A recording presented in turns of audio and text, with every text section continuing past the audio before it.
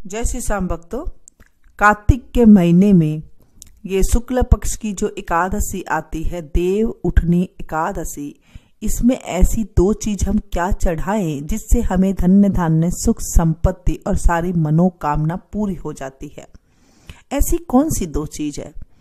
देखिए, कार्तिक के जब तुलसा जी का विवाह करते हैं तो सबसे शुभ कार्य हमारे घर में होने लग जाते हैं, क्योंकि 4 महीने बाद विष्णु भगवान सो करके उठते हैं और सबसे प्यारा काम होता है तुलसा जी, जो भगवान विष्णु को अति प्रिय होती है। तुलसा जी के साथ उनका विवाह होता है और उसके बाद जो है सारे शुभ कार्य होने लग जाते हैं। अब इन शुभ कार्यों के साथ अब हम 2 काम कर लेते हैं तो हमारे जीवन में भी सारे शुभ शुभ होने लग जाते हैं, क्योंकि कई ऐसे दिन आते हैं जिसमें हम कुछ शुभ काम कर लेते हैं तो हमारे जीवन में जो है बदलाव आने लग जाता है। जिनके अंदर बुद्धि नहीं है उनको बुद्धि आने लग जाएगी, जिनके अंदर विद्या नहीं है उन्हें विद्या आने लग जाएगी, क्योंकि तुलसा जी जो है बुद्धि और विद्या की भी देवी मानी गई है। क्योंकि जो पत्ते हैं, अगर हम उन्हें सुबह सुबह, तुलसा जी के जो पत्ते होते हैं उन्हें हम पानी के साथ निकल जाएं तो हमारे जितने भी पेट की बीमारी होती है वो कहते हैं कि दूर हो जाती है। ये कहना ही नहीं है। देखिए, पहले के जमाने में तुलसा जी को तांबे के पात्र में मंदिर में रखते थे तोड़ करके, और वो हमें चरणामृत के रूप में सुबह सुबह खाली पेट दिया करते थे। ये तो थी हमारे धर्म के अनुसार, शास्त्र के अनुसार, क्योंकि जो बड़े बुजुर्ग हमारे ऋषि मुनि होते थे वो बहुत ज्ञानी हुआ करते थे कि जब चरणामृत लेंगे तो खाली पेट में तुलसा जी इनके पेट में जाएगी और उसके बाद ये जो है दुरुस्त रहेंगे। ऐसे ही जब हम वैज्ञानिक तरीके से देखते हैं तो तुलसा जी के अंदर काफी चीजें ऐसी होती है जो हमारे पेट के बैक्टीरिया को खत्म कर देती है और रोग जो होते हैं उन्हें लड़ने में ये सहायता करती है। तो तुलसा जी को जब खाली पेट आप सुबह सुबह, लेकिन एक चीज का ध्यान रखिएगा, जो लोग आपको बताते हैं कि तुलसा जी को चबा करके खाएं, ये कभी आप गलती ना करें। हर चीज का ज्ञान पूरा होना चाहिए, आधा अधूरा नहीं होना चाहिए, नहीं तो हमें कई चीज भोगनी पड़ जाती है। आप कहीं से भी देखते हैं और तुलसा जी को चबा करके पानी पीना शुरू कर देते हैं तो तुलसा जी के अंदर पारा होता है जो कि दांतों को बिल्कुल खत्म कर देता है। जब आप इसे दांत से चबा करके खाते हैं, तुलसा जी को हमेशा निगल करके खाते हैं, आप उसे निगल करके ऊपर से पानी पी जाए। अब पत्ता तो निगला नहीं जाएगा तो उसे आप क्या करें, हाथ से थोड़ा सा मसल दे और मसल करके आप उसे जीभ पर रखें और पानी की सहायता से निकल जाए। आप 1 महीना करके देख लीजिए, जो भी बीमारी होती है ऐसे निकल जाएगी आपकी जैसे कोई आपने बहुत बड़ी दवाई ली थी। तुलसा जी के अंदर पारा होने के साथ साथ जब आप पेट में इसे डालते हैं ना तो पेट में जो कीटाणु होते हैं, गंदे कीटाणु हो जाते हैं, पनप जाते हैं, जैसे कीड़े हो जाते हैं या फिर कोई रोग लग जाता है, जो रोग वाले कीटाणु होते हैं उनसे ये लड़ती है जब खाली पेट हम तुलसा जी लेते हैं। तुलसा जी लेने का नियम इस तरह से होना चाहिए कि उसे सीधा रखा और पानी के साथ निकल गए, या फिर छोटे छोटे टुकड़े आप तोड़ करके डाल दें और उसे पानी के साथ निकल जाएं। ऐसे कर सकते हैं। तो बच्चों को शुरू से ही आदत डालें कि उसे आपने पीस लिया, जैसे होती है थोड़ी सी, आप रगड़ करके पीस करके उन्हें आप रख दें और फिर पानी से पी जाएं, सेवन कर लें उसे आप। तो इस तरह से तुलसा जी को ली जाती है। इसलिए तुलसा जी को विद्या की और बुद्धि की, सेहत की कहा गया है। अगर आपके अंदर बुद्धि नहीं होगी तो आप तुलसा जी के पत्ते को यूं ही चबा करके खा जाएंगे तो आपके दांत भी खत्म हो जाएंगे। देखिए, सीधा सीधा अगर आप देखते हैं तो ऐसे भी इसका नियम इसलिए बनाया गया है। हर चीज में पूजा का कुछ नियम होता है, उस नियम के अनुसार ही हमें करना चाहिए। तुलसा जी के पत्ते को हमें रविवार के दिन नहीं तोड़ना चाहिए, मंगलवार को तुलसा जी उखाड़नी नहीं चाहिए, और अमावस्या को नहीं तोड़नी चाहिए, द्वादशी तिथि को नहीं तोड़नी चाहिए। काफी नियम है। अगर ये नियम आप नहीं मानते हैं तो धनवान आदमी भी कंगाल हो जाता है। तो नियम देखिए, तुलसा जी को आप मंगलवार को ना उखाड़े, अमावस्या को ना उखाड़े, इनको तोड़े नहीं। तो इन्हें आप ऐसे करेंगे ना तो आपको जो है धनवान से कंगाल बनने में ज्यादा टाइम नहीं लगता है, क्योंकि ये दोष लग जाते हैं। दोष लगने से जब हमें पूजा विधि सही तरीके से पता हो तभी करनी चाहिए। इधर उधर से देख के सुन करके और कर लेते हैं। देखिए अब ऐसे तो कोई है नहीं कि कोई बुजुर्ग अब बता रहा है, हर कोई छोटी उम्र का भी बताने लग जाता है, बस हमें तो बस आता है ऐसे ना, ऐसे नहीं करना चाहिए। सोच के समझ के फिर उसके बाद ही हमें कुछ करना चाहिए। ये नियम हो गया। अब आपको ये तो पता लग गया कि वो बुद्धि की भी है और फिर बाद में पेट की भी है। इसके बाद तुलसा जी को जो है आप हमेशा चुनरी उड़ा करके रखें। ये जो कार्तिक मास आता है यहाँ से आप चुनरी उड़ा दें, उसके बाद पूरी सर्दी आप इसे चुनरी उड़ा करके रखें, तो आपके घर में भी जो है सौभाग्य आता है, खुशियां आती है। ऐसा कहा गया है तुलसा जी के बारे में। तुलसा जी को जब आप दीपक जलाएं तो ध्यान रखिएगा, तुलसा जी के आगे जब हम दीपक जलाते हैं तो उसका आप एक चीज का ध्यान रखें, एक तो वो पूरब मुखी दीपक हो, इधर पश्चिम में ना जलाएं। मुख जो हो उसका दिया जो जलता हुआ हो वो पूरब की तरफ हो, और तिल का तेल से आप दीपक को जलाएं। जब तिल के तेल से आप दीपक जलाएंगे, क्योंकि तिल भगवान विष्णु को अति प्रिय है, जब चौमुखा दिया आप जलाएंगे, चौमुखा दिया जलाना है। सिंपल अगर चौमुखा दिया नहीं आता है ना, तो दो बत्ती आप, दो लंबी लंबी बत्ती बना लीजिए और वो दीवे के अंदर आप आडी रख दीजिए, मतलब क्रॉस करके रख दीजिए, तो चारों तरफ एक एक बत्ती का मुंह आ जाएगा। और दिए को तिल्ली के तेल से भर दीजिए और उसे जला दीजिए। क्योंकि एकादशी के दिन, देव उठनी 11 के दिन जब आप ये दीपक जला देंगे ना, आपको अपने आप ही महसूस होने लग जाएगा अगली देव उठनी एकादशी तक हमारे घर में कितने मंगल कार्य हुए हैं। क्योंकि हमने बिल्कुल शास्त्र के विधि के अनुसार हमने जब पूजा की है तो हमें फल भी बहुत अच्छा मिलता है।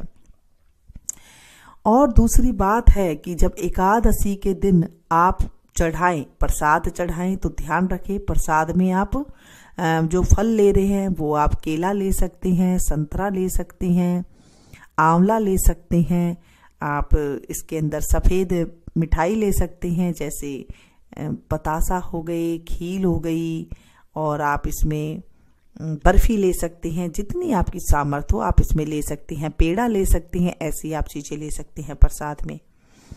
और जो प्रसाद हो, अगर आपके घर में गर्भिणी स्त्री है या फिर बच्चा पढ़ने वाला है, तो ये जो प्रसाद है ये सभी को आप दे। आप देखेंगे जो गर्भिणी स्त्री होगी तो उसे जो है बहुत ज़्यादा फायदा मिलेगा, रक्षा मिलेगी उससे, उसके बच्चे को। जो बच्चे वाले पढ़ने वाले हैं उन्हें भी विद्या मिलेगी, और जो आप लोगों के बिजनेस में जो घाटा वगैरह नहीं लगे, इसलिए हम ये चीज़ें करते हैं। सुहाग की रक्षा होती है, जो सुहागने होती है उनकी सुहाग की रक्षा होती है। कंवारी कन्या होती है, उन्हें अच्छा वर मिलता है जैसे भगवान विष्णु। ऐसे हमारे शास्त्रों में लिखा गया है, यानी कि सारे कार्य सिद्ध होने लग जाते हैं। एकादशी तिथि से सारे मंगल कार्य शुरू होते हैं, जैसे विवाह आदि, मकान मुहूर्त, और जितने भी शुभ कार्य होते हैं, कुआं पूजन वगैरह है, ये सारे जो है देव उठनी एकादशी के बाद ही शुरू होते हैं। और ये एकादशी बहुत बड़ी एकादशी होती है। आप इसमें व्रत करना चाहें तो आप व्रत कर सकते हैं, फलियार लेकर के आप कर सकते हैं। दिन में नहीं रख सकते व्रत, कोई बात नहीं, आप वैसे भी पूजा कर सकते हैं। अगर आप रखते हैं तो रेगुलर जो लोग रखते हैं वो रख सकते हैं, और नहीं रहा जाता, नहीं रख सकते तो कोई बात नहीं, आप सीधी भी ऐसे ही पूजा करें। ऐसे ही आप चुंदड़ी वगैरह जो मैंने आपको बताई है पूजा सिंपल तरीके से कैसे करनी है, आप उसे वैसे ही कर सकते हैं। अब रही दूसरी बात, आप एकादशी के दिन जब आप देव उठनी एकादशी की पूजा करें तब आप उसमें आंवला जरूर चढ़ाएं, आंवले का मुरब्बा चढ़ाएं, लेकिन आंवले का अचार वगैरह ना चढ़ाएं। आंवले का मुरब्बा आप उसे प्रसाद में रख सकते हैं, या तो आप पंडित जी को दे सकते हैं या फिर आप खुद घर में खा सकते हैं। प्रसाद के अंदर रख करके ना आप करें, क्योंकि एकादशी के दिन जब हम आंवला रखते हैं और फल फूल तो आप रखेंगे ही, और तो इनको आप जब रखते हैं तो आप इसे प्रसाद के रूप में लेते हैं, तो घर में कहते हैं धन की कभी कमी नहीं रहती है। हम ब्राह्मण को अगर देते हैं, अगर आपको ब्राह्मण कहीं पर मिल जाए मंदिर में, अगर आप दूसरे दिन दिया जाता है या उस दिन नहीं दिया जाता है, आप रख दें, फिर संकल्प करके फिर दूसरे दिन आप सुबह सुबह मंदिर में जाकर के दे के आए। ये सारी सामग्री जो आप चढ़ाएंगे उस दिन रात को नहीं देते हैं। कहते हैं कि आंवला अगर दान करते हैं एकादशी देव उठनी 11 के दिन, तो घर में स्वर्ण दान करने की जितनी हमारे ऊपर भगवान कृपा करते हैं कि हमने स्वर्ण दान किया है। अब सोना तो हम दान नहीं कर सकते हैं, आप आंवले का मुरब्बा अगर देते हैं तो हमारे शास्त्रों में ये कह गई है कि आप स्वर्ण दान कर रहे हैं। इतना बड़ा महत्व है। आप लोगों ने पूछा था कार्तिक में क्या दान करना चाहिए। देखिए, कार्तिक में हर त्योहार आते हैं, उसमें अपने अपने हिसाब से दान करते हैं। तो आज मैंने बताया कि आपको ये दान करना है। मंदिर में अगर आप दे रहे हैं तो आप सुबह सवेरे, अगर आप तुलसा जी का विवाह नहीं कर रहे हैं तो आप एकादशी के दिन आंवले का दान जरूर करें। आंवले का दान करने से घर में सुख, संपत्ति, भूमि का और जो है स्वर्ण का, इनका सुख आता है। क्योंकि हमने सोना दान किया है कार्तिक के महीने में, तो करोड़ों गुना फल होकर के हमारे जीवन में लौटता है। आंवला हमारे लिए बिल्कुल औषधि है। आपने देखा है जब आंवला नवमी आती है तभी से आंवला शुरू हो जाते हैं खाने के लिए। तो ये हमारे शरीर में इतने रोग को दूर करता है आंवला कि हम कह नहीं सकते हैं। आंवला लंबी उम्र देता है। आंवला से सारे रोग दूर हो जाते हैं। जैसे तुलसी से दूर होते हैं वैसे आंवला से भी दूर होते हैं। तो ये हमारे जीवन में औषधि का भी काम करती है। ये 2 काम आप कर लीजिए जो मैंने आपको बताए हैं। 2 से 3 काम मैंने आपको बता दिए। आप ये काम करके तो देखिए, उसके बाद आप देखेंगे 1 साल आपका कितना चमचमाता हुआ निकलता है। और ये थी छोटी सी जानकारी। इसे ज़्यादा से ज़्यादा अपनों के साथ शेयर कीजिएगा। अगर हम कुछ दान पुण्य भी नहीं कर रहे हैं और हम व्रत वगैरह भी नहीं कर रहे हैं तो आप इसे शेयर कर दीजिए। क्यों? क्योंकि जब हम किसी को अच्छी बातें बताते हैं, अगर उसने दान कर दिया तो भी हमें घर बैठे पुण्य मिल जाएगा। जैसे मैं आप लोगों को बता रही हूँ और आप लोगों में से किसी ने भी दान कर दिया, हजारों लोग देख रहे हैं और उनमें से अगर किसी ने भी दान कर दिया ना, तो मुझे घर बैठे ही जो है पुण्य मिल जाएगा। ऐसे ही जब आप सभी को बताएंगे और उनमें से किसी ने आंवला दान किया तो आपको घर बैठे पुण्य मिल जाएगा। क्योंकि कार्तिक का जो महीना है, इसमें अगर जब हम किसी को पूजा पाठ भी बता देते हैं ना, तो भी हमें घर बैठे जो है पुण्य मिल जाता है। ये सब जानकारी हमारे बड़े बुजुर्ग, ऋषि मुनि, हमारे धर्म में, हमारे ग्रंथों में लिखी हुई है। तो ये सारी बातें हमें अपनानी चाहिए। क्योंकि ऐसे भी आपने सुना होगा, कर अच्छा तो हो अच्छा, कर भला तो हो भला।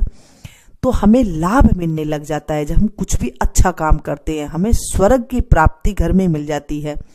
अब स्वर्ग में क्या है देखिए, पहला सुख है निरोगी काया, दूजा सुख है हाथ में माया, तीजा सुख है कहा में नारी, चौथा सुख है पुत्र आज्ञाकारी। ये चारों सुख जिसके पास है वो कभी आदमी दलिद्र नहीं है, नरक नहीं भोग रहा है। अगर ये चारों सुख किसी के पास है तो समझ लीजिए वो स्वर्ग भोग रहा है। जब हम आंवला खाते हैं, आंवला दान करते हैं, तो हमारे जीवन से जो है रोग चले जाते हैं। तो पहला सुख निरोगी काया है। दूसरा सुख है हाथ में माया। जब आप अच्छे कर्म करेंगे तो आपके घर में धन संपत्ति आने लग जाएगी, हमारे घर में सुख शांति आने लग जाती है, तो हम सुखी हो जाते हैं, माया से भी सुखी हो जाती है। तीसरा सुख है कहा में नारी। अगर नारी कहा में हो, औरत अगर कहा में हो, औरत अगर आदमी और औरत की अगर अच्छी बनती हो, तो वहां पर कहा क्या हो जाता है, कहा में नारी, तो वो आदमी सुखी हो जाता है। चौथा सुख है पुत्र आज्ञाकारी। अगर किसी का पुत्र आज्ञाकारी है, जैसे माँ बाप ने कुछ कहा है और उसने मान लिया, तो इससे बड़ा भाग्य किसी का नहीं है। क्योंकि आज के जमाने में अगर पुत्र, अगर औलाद हमारी कहे में हो तो हमें सर्व सुख है। तो इसीलिए हमें जब ऐसे ऐसे त्योहार आते हैं, ऐसे ऐसे दिन आते हैं, शुभ दिन आते हैं, हमें शुभ कर्म कर देने चाहिए, अच्छे अच्छे कार्य करने चाहिए, अच्छे लोगों की संगति सुननी चाहिए, अच्छी लोगों की संगति करनी चाहिए। तो हमारे जीवन में भी जो है उजाला आता है। जब हम किसी के जीवन में उजाला करते हैं तो हमारे जीवन में भी उजाला आ जाता है। ये जो 4 सुख है, ये 4 सुख के लिए हमें कार्तिक का महीना दिया गया है। भगवान विष्णु को अति प्रिय है, लक्ष्मी माता के दिन आते हैं। अब इस महीने में देखिए कितने सारे त्योहार आते हैं जो हम सारे मनाते हैं। इस महीने में करवा चौथ आती है जो कि पति के लिए होती है, होली अष्टमी आती है जो बेटे के लिए होती है, फिर धनतेरस आ जाती है, छोटी दिवाली आती है, बड़ी दिवाली आती है, पितरों के दिन होते हैं, भैया दूज आती है, गोपाष्टमी आती है, आंवला नवमी आती है, देवउठनी 11 आती है। कितने सारे त्योहार आते हैं इस महीने में, हमारे सारे संकट दूर हो जाते हैं। तो क्यों ना हम अच्छे अच्छे कार्य करें। अगर आप कुछ भी नहीं कर रहे हैं ना, तो आप इसे शेयर कर दीजिए लोगों के पास, ताकि उनका भी भला हो सके। और फिर बाद में जो है वो भी अगर कुछ दान पुण्य पूजा पाठ कर लेते हैं तो आपको घर बैठे ही पुण्य मिल जाता है। क्यों ना आप घर बैठे ही पुण्य कमा लें। मिलती हूँ फिर से एक नई वीडियो में नई जानकारी के साथ। आप अपनों के साथ ज़्यादा से ज़्यादा इसे शेयर करें, अपने फेसबुक पे, व्हाट्सएप पे, अपने जानने वालों के पास, सभी के पास इसे शेयर कीजिएगा, ताकि जो एकादशी तिथि है, एकादशी का दिन है, देवउठनी एकादशी है, सबसे बड़ी एकादशी है, भगवान विष्णु का जागने का दिन है, तो इसमें हम ज़्यादा से ज़्यादा लाभ प्राप्त कर सके। मिलती हूँ फिर से एक नई वीडियो में नई जानकारी के साथ। तब तक आप लोग देखते रहिए मीनू संगीत। Thank you.